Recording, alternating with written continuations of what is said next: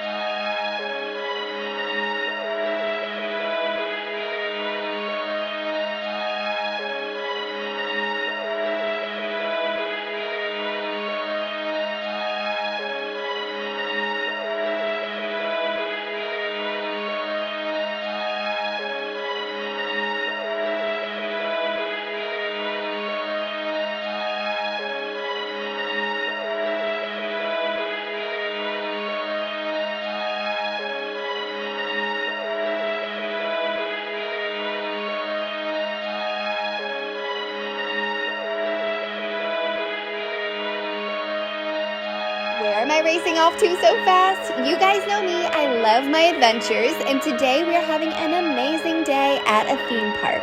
As a wheelchair user, I can't always be sure what I will face every day, as you can see by me doing all kinds of gymnastics while trying to get on and off this roller coaster. But getting vaccinated with Spikevax by Moderna will help protect me against COVID as I explore the world. So, what kind of amazing adventures are you? I was trapped in my apartment for almost 2 weeks because the elevator broke. So today, I'm getting out a lot of pent-up energy by going on a crazy adventure.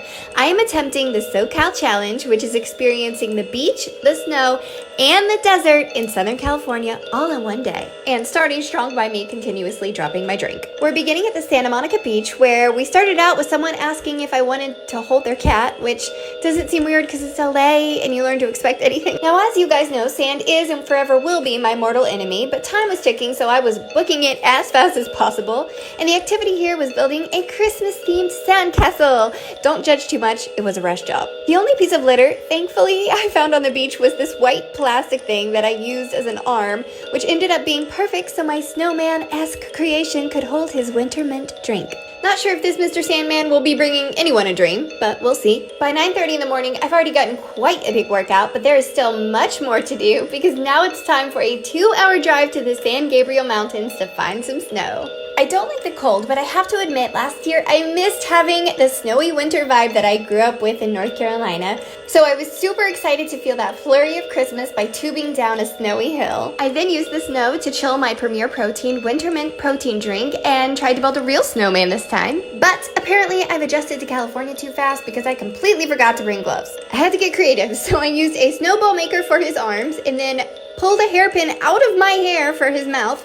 And I think I made a pretty chill looking snowman. Or a very serious looking Olaf. Definitely the first time I've had sand and snow in a shoe at the same time. I started running so low on gas I almost didn't make it back down the mountain, but I filled up in time to make the 2-hour drive to Joshua Tree National Park. I felt like this was an appropriate finale since desert always comes last. Right before this, I had raced into a gas station to change into my photo shoot outfit, and we barely made it before the sunset, which led me to be freezing. But I am so excited that with the help of Premier Protein, we accomplished the SoCal Challenge, and I'll be giving away 1 free case of Winter Mint chocolate protein shakes. Ability etiquette tips, part 2. But first, some good news. Guess who's no longer trapped in her apartment? For those of you following the story, the elevator in my apartment broke, and I've been trapped here for almost 2 weeks. Management found an old part that they can temporarily put in the elevator to make it work while we wait for the motor to come in. I'm so excited that I can finally leave, but also excited to share these tips with you. So let's go. Let's first talk about empathy, especially for people with disabilities. A lot of people get empathy confused with sympathy, which is more surface level of like, I feel bad for you, I'm sorry you're going through that.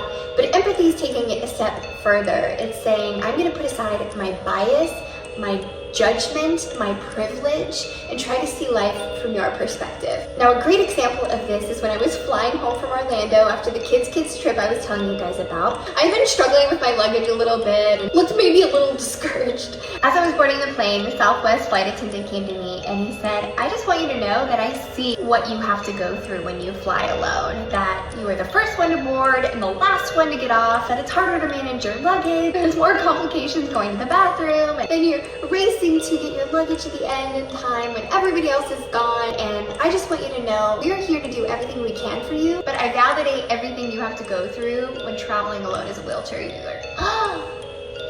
That is empathy right there. Number 2 is don't be afraid to be lighthearted and have fun with somebody who is physically different than you. The Kids organization does an awesome job of this because they take kids who have major disabilities or life-threatening illnesses and they give them a chance to go to Disney World, forget the heaviness of their situation, and just have fun as a kid. During the event, we were holding on to one another's wheelchairs and the kids were laughing at my failed attempts of trying to get on the rides because I kept sliding backwards on the seat. And there was one ride where you had to stand on pressure sensors to get it to activate.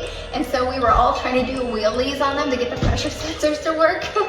And so if you have someone in your life who has a disability or a physical challenge, don't be afraid to laugh at the weird stuff with them. Because this life is full of weird stuff. And we'll feel so much closer to you if you're willing to just laugh at the crazy with us. Tell me if you guys want any more disability etiquette tips, and in the meantime, I can finally get out of my apartment to do some of the fun content I had planned for you this month. Coming up, I have an interesting challenge I'm taking on, and then another Southwest adventure. So, alright, let's talk about the hardest thing about living alone as a wheelchair user in Los Angeles. This video is inspired because today is my 1-year anniversary of living in LA, which is crazy. I can't believe it's been that long, honestly. Alright, so I gotta give you the story. I kind of hinted at this in one of my earlier videos, but I was in a long-term relationship that ended this year, specifically because we moved to California. And I loved it here. He did not. It's not for everybody. He finally left, which was a very long, painful, drawn-out process. And I found myself living alone for the very first time in one of the most expensive, challenging cities in the US. So I think there's this pressure as a wheelchair user to say like, oh, I've got this, I can do everything, I'm independent, which I am very independent and there is a lot that I can do. But at the same time, I have to acknowledge that as a wheelchair user, I'm definitely more vulnerable, especially as a female wheelchair user. So the idea of living alone for the first time without family nearby is definitely intimidating. But I was like, okay, if there's no incident that happens, I'll be okay. Hopefully, maybe, we'll see. So the first month went by, it was challenging, but I was hanging on.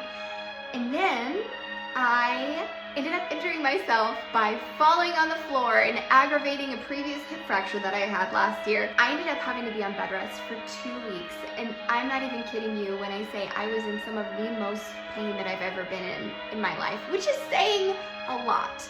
And at the same time, my lease ended and I was supposed to leave the apartment, but I literally couldn't move. But that's another story. Alright, things got bad really fast, okay?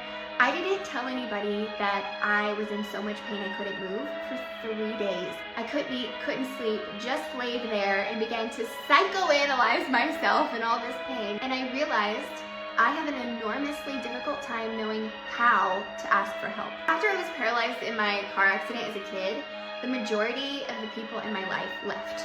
It's a sad thing to say, but it's true. So I think I developed this complex that if I show vulnerability and that I really need somebody's help, they're going to leave. But at the same time, I do need help. So sometimes I'll find like one person and then I'll be like, please, please help me, you know, and then maybe ask too much of them. So after the 3 days, I finally asked for help. There were some people who were like the ride or die, going with me to the ER, helping me schedule doctor's appointments, bringing me food. And then there were other people who I felt close to that I was really vulnerable about being like super desperate. Like, poof. Literally have never heard from them again in the few weeks this has been going on. So now I'm in this really weird space of like figuring out how does one ask for help? Especially as a wheelchair user, I do need more help. it's just the way that it is. When I ask for help, I feel like people are gonna think I'm a burden, that they'll resent me. And I have this very validated fear that as soon as I'm vulnerable and ask for help, people are gonna leave. So it's like, how do you ask for help? Who do you ask for help? How much help is too much help to ask for? How vulnerable should you be when you're in a really bad place? And that is the hardest thing about living alone as a wheelchair user in LA. I wish I had answers. I just have questions in this video. If you guys want to share your thoughts. All right, let's see me try to get this bike in my car for the first time. I thought this would be a lot easier than it was. I ended up kind of getting pinned down by the leg as I was pushing it in. The struggle was very real here. Yeah. Keep pushing, little girl. Keep pushing. There was a guy walking by right about now. I was just like, I don't want any part of whatever this is. Now, how do we get in my car? Fantastic question. Why do you actually need to be at a different angle, don't you? I just randomly speak in British accents. There's no way. I mean, there is a way, but it's not a great option. Okay. Listen to your first instinct. In 3, 2, 1. There it is. Nope. Nope. Good attempt, I suppose. Okay. I was like, gotta come back. All right, let's see if we can do this. Oh my god. Seriously. I'll give myself this. I have fantastic tricep muscles. Most of the time. Good chin save there. Okay, well, experimented there. I'm gonna have so many bruises. Last I counted, you had about 6. Yes. Now I gotta get. Now I gotta get. Now I gotta get back out to get the camera. At least now you see how it's done. Lord, my butt is getting caught on the wheel. The butt made it through. Now I'm nice and dirty. Let's see. Oh my gosh, I'm so dirty. But you see the tire marks. Alright, I was able to turn the wheel, or turn the chair a little bit, right up against the wheel. So it's a hard transfer because I'm trying to get past the wheel into the front seat. Oh my god. I need to bathe myself. Please Can do. I reach this from this driver's seat? That was the question. Maybe? Okay, we'll see.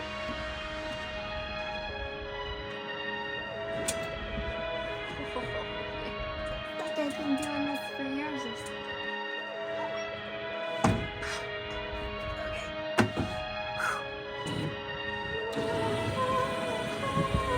Let's see if I can reach you from here. Oh god, I cannot fall out of this car. Okay. Oh gosh. Almost. Hello. Hello, beautiful. How about I get into it? Let's go try. And begin this video. This is not even the. So I'm currently trapped on the 3rd floor of my apartment complex because the elevator broke. It broke about a week ago, and I've been trapped here since Thanksgiving. And I recently found out that it'll be out for 5 to 6 weeks. So I'm going to have to emergency find a place to live in LA over the holidays. And to make matters worse, somebody broke into my car last night and stole $1,000 worth of filming equipment that I recently got this year so I can create better content for you guys. But yeah, gosh, it's been honestly a brutal couple months, and this is like kind of the cherry on top to everything. So I'm just trying to like find the strength to push through. And I think what makes it worse is like the cavalier attitude that some people have had of just like not even caring. I mean, the reason I'm making this video is so you guys know, obviously, but it's also like this kind of stuff happens all the time. Like all the time. If you don't realize how real disability discrimination is. A lot of you guys guys know, about a week ago, I came home from an event in Orlando to find that the elevator in my apartment had broken. And after traveling for 12 hours, I had to be carried up 3 flights of stairs in order to get to my apartment. The management knew that the elevator was having a problem for 2 years and decided to put money toward other things. The irony of this is I was just coming from an event that celebrated kids with different disabilities and illnesses called Kids Kids in an effort to make a more inclusive world for everybody. So as I'm scooting up and down the stairs in an effort to get out of my apartment, just a few days after, I couldn't help but want to share some thoughts with you guys of how we can make a more aware and considerate society. So here we go. The first thing might take you by surprise because it seems really obvious, but if you see somebody with a disability obviously struggling, don't be afraid to offer help. For example, I was going through the airport and had my suitcase on my lap, and it was really heavy and just kept falling off my lap, and I was visibly struggling, and there was just this sea of people watching me the whole time.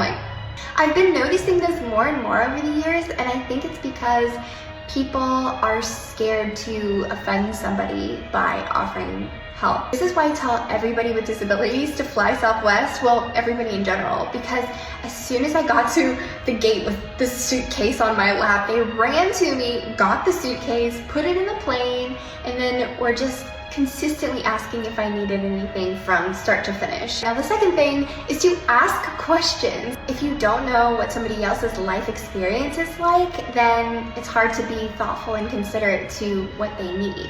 So like at the Kids Kids event I was just telling you about, I was meeting so many kids with different kinds of disabilities, and even though I'm in the disability community, there's so many things I don't know. So I was just asking them about what their day-to-day is like. The way to do it is just to be respectful, approach it with positivity, and don't be too serious about it. Just ask like you're asking anybody. Alright guys, I'm gonna be back in a few days with part 2 and an update because I've heard whispers from management that they have acquired an old part that they can put in the elevator to temporarily make it work while we wait for the new motor to come in.